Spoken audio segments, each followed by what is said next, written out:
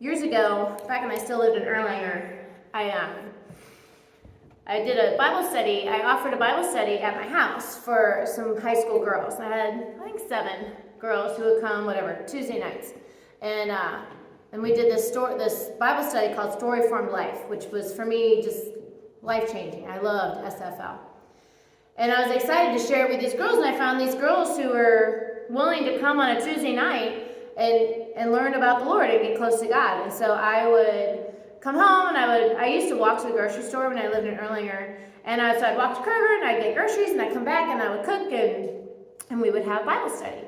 And it was great, except as we got going, the girls slowly would stop, they would come up with, oh, I can't come, it's my grandma's birthday. Oh, I can't come, I forgot I've got this practice. Oh, I can't come. And I would ask them during the school day, well, see you later today? Yep, I'll be there. Or I'd text them, hey, you're all coming, right? Need to know how much food to buy. Yep, we're coming. And then, after I got home from walking to the grocery store and getting groceries, the text would start to roll in. Oh, sorry, I won't be there. Oh, I'm going to be late. Oh, sorry, I'm not coming. And I remember I got to about, I don't know, week 7-ish, and there were like 3 girls there. And I was fuming, and I was mad. So we got through it, and they left, and I just kept my mind just was like, ugh, those stupid girls, don't they know that I walked to the store, and I bought this food, and I cooked for them, and then they don't come, and they're so inconsiderate, and I can't believe they did this, and they obviously, and then in addition to the I'm mad, it became like, well, they must not care about God, and they must not want to get closer to God, and all they care about is this and that and that and this, and I just all up in my head. And so, in my anger, I made the misguided decision to send them an email. And I sat down and I typed out my email about how mad I was, and not mad, I was just like, you need to be taking this serious, and your yes should be a yes, and don't you want to be close to God, and if you don't, if you can't commit to being in a place like this, then you obviously don't care about God, or something like that. I don't know if you guys know this, I have a bit of a temper. I try to hide it, but I have a bit of a temper in me. And so I got done typing this email, and I said to myself, to the Holy Spirit, I probably should cool off before I send this. I probably should wait and pray about this message before I send it. And so I'm like, Holy Spirit, help me to know if I should send this email. And I waited all of 10 seconds. I did not give the Holy Spirit time to talk to me. And I was like, yeah, they deserve a carrot. Send. Well, as you can guess, it did not go so well. They did not receive that well, nor should they have. So they did come back the next week. We were close to the end. We only had 2-3 weeks left. So they did come back and finish, and they gave me a piece of their mind at the next meeting, as they should have. And then I went to do another Bible study after that one, a deeper Bible study, and surprisingly, only 2 of them were willing to come back for that one. But it worked out, and then they recruited 2 others, and we had a really great Bible study the next time. But I learned a valuable lesson about managing my temper in that. And what I had let happen is I had let these accusations against these girls just turn into this massive overloading thought process about how mad I was and how dare they, and I can't believe they, blah, blah, blah, and I just, all up in my head. I was overthinking this one situation, and I let the enemy lie to me, and I let the enemy convince me that they were bad people, and it did not go well. So last week I talked about this book I read this summer. It was super helpful for those of you like me who get all up in your head sometimes. It's called Get Out of Your Head by Jenny Allen. And one thing that Jenny says, after last week we talked about how she says when you realize that these things are happening, you have to take every thought captive. She's like, you have to realize you have a choice. I had a choice. When I heard those accusations against those girls, I had a choice. I could say, no, this is the devil talking to me. Or I can say, yes, these darn girls, how dare they? And I chose the latter. I didn't even try to make a choice. I let the enemy lead me down a path that led to a bad outcome. Because we have this war in our mind. When these thoughts happen, we've got, the old school, I don't know if it was Bugs Bunny or whatever, they used to have the little angel on the shoulder and the little devil on the shoulder. If you ever remember those cartoons, And so the angel on your shoulder tells you all the good stuff, and the devil tries to tell you all the bad stuff. Well, we do have an enemy. He's a jerk, and he does what he can to take us captive and lead us in a way that is away from God. But God, Jesus tells us that we have the power. We have the power over the storm. We have the power to say no to these thoughts. And so it says right here, I went to put in today's verses and realized they're literally the exact same verses as last week. So that made Paula's life easier. Well, no, this is 1 Corinthians. Last week was 2 Corinthians. Well, it's the same. I just put a number wrong somewhere. I don't know which one. It's literally the same verse. But we live in this world, and we don't wage war like the world does. The weapons we fight are not the weapons of the war. I allow the weapons of the enemy, I allow the enemy to take me captive. It says we have the power to demolish these strongholds. We have the power to calm the storm. He says we demolish every argument. We set up everything that's against God. We take every thought captive. We have to take every thought captive.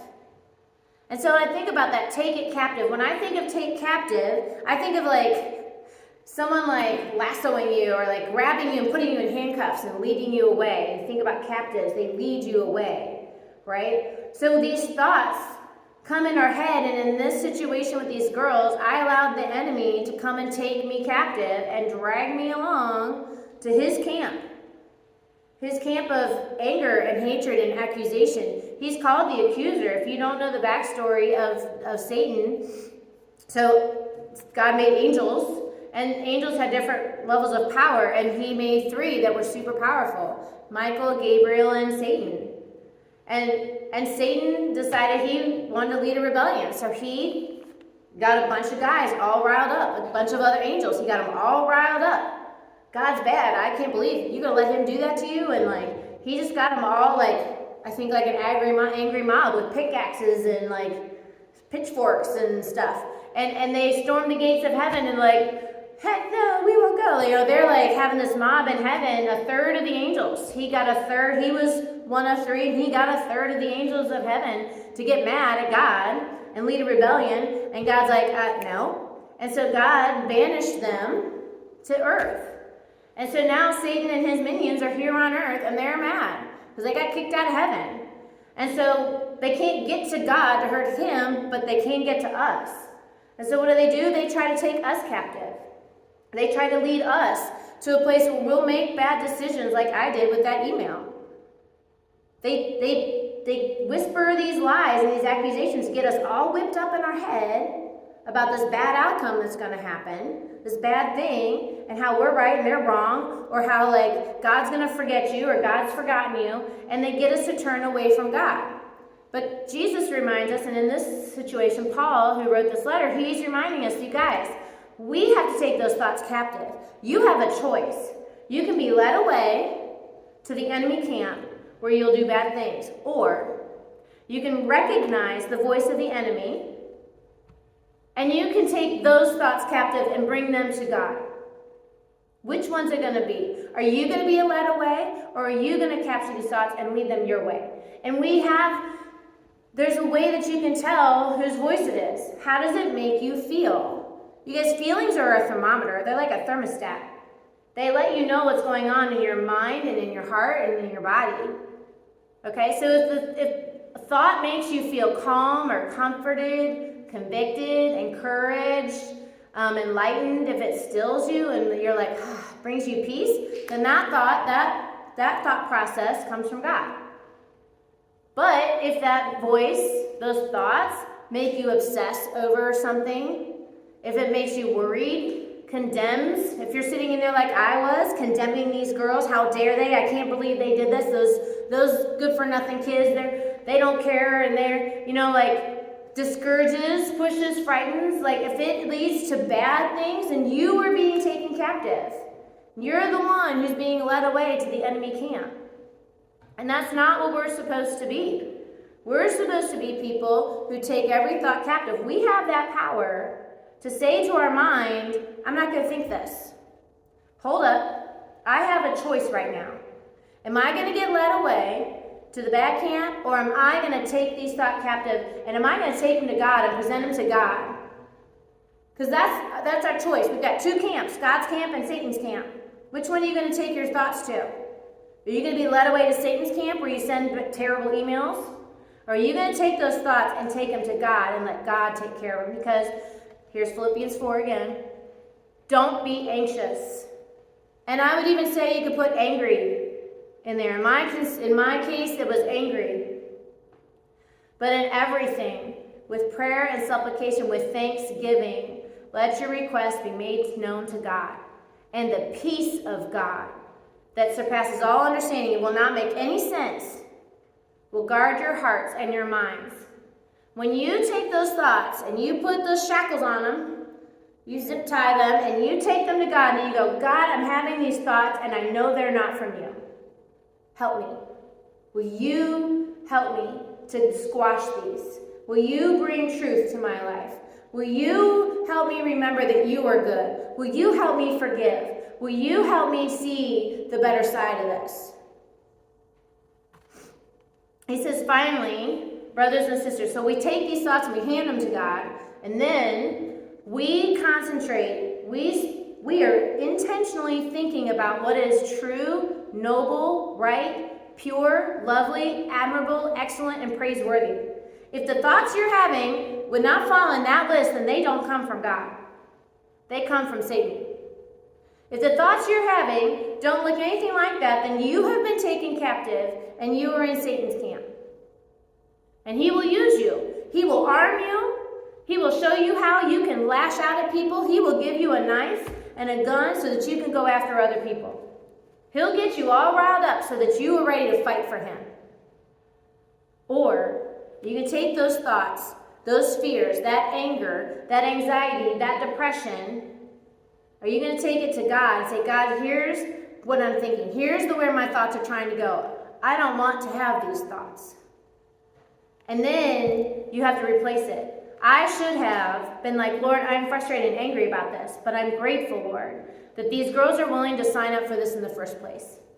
I'm grateful, Lord, that these girls have committed to coming. And even though they're not here right now, Lord, would you come, Lord, whatever it is that keeps stealing them from hearing your word, would you please protect their time? Would you please protect their ability to get here? Would you make it so that they can come and hear your word? That's what I should have prayed instead of sending the nasty email that I sent. He says, whatever you've learned or received or heard or seen in me, put that into practice and the peace of God will be with you. If you are not sitting in a place of peace, then you are not sitting in God's camp.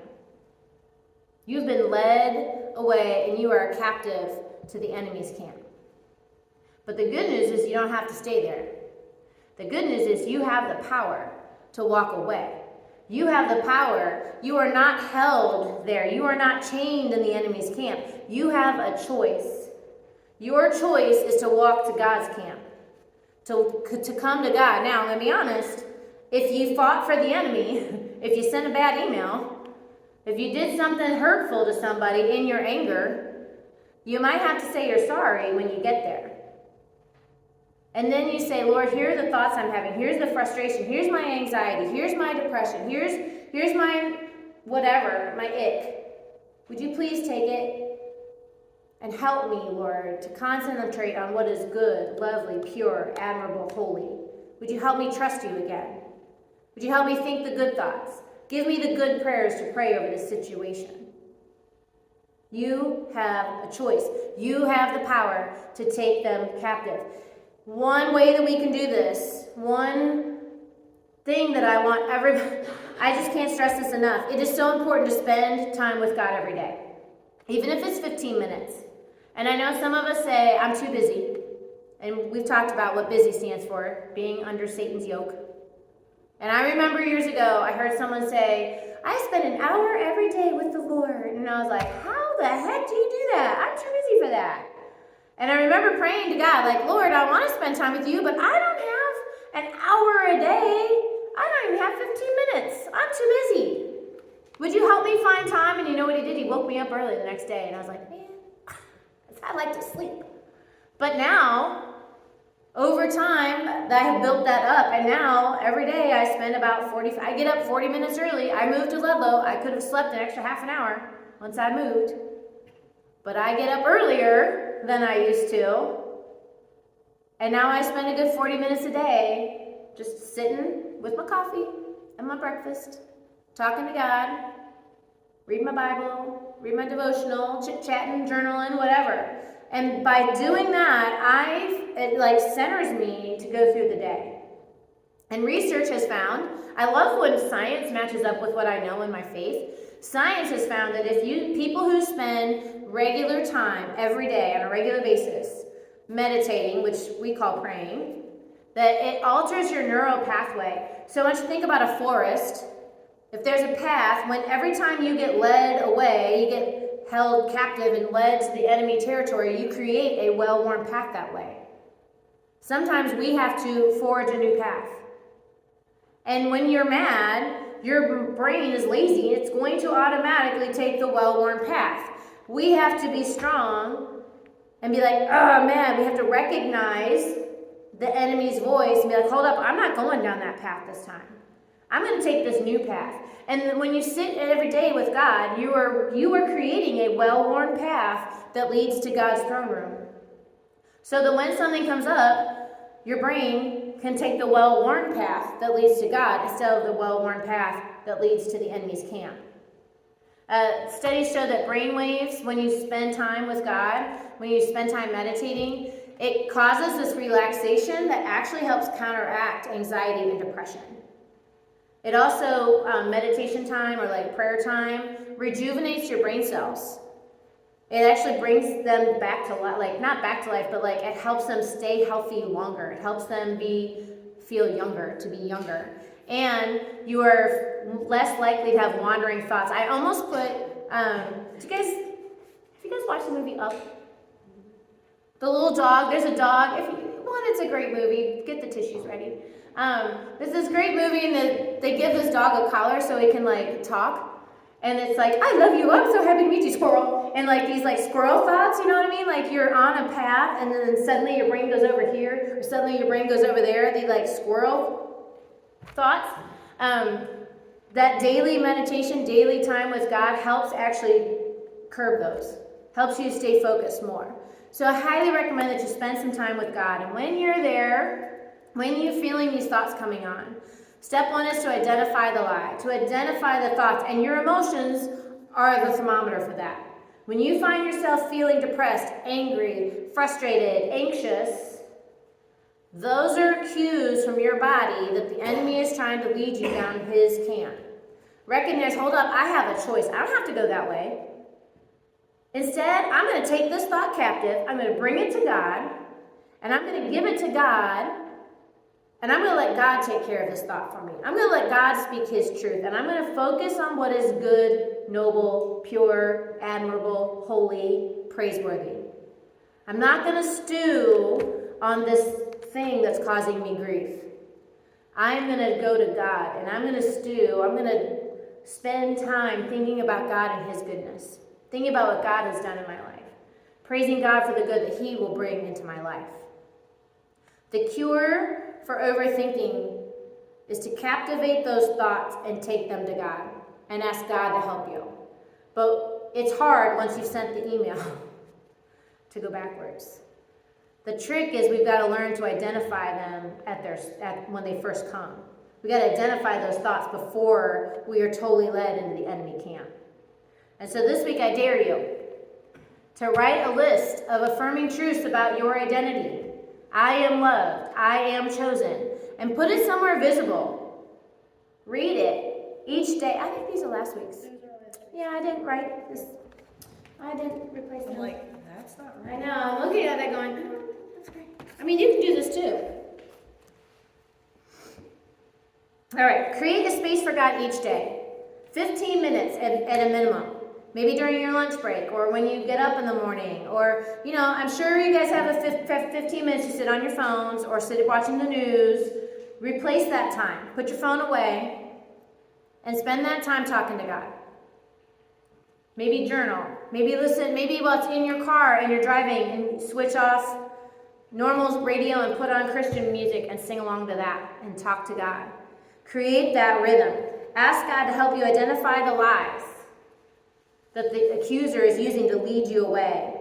Read and memorize either 1 Corinthians or Philippians 4. Because I have found it helpful to have what's called a memory verse. Memory verses are short verses that you memorize.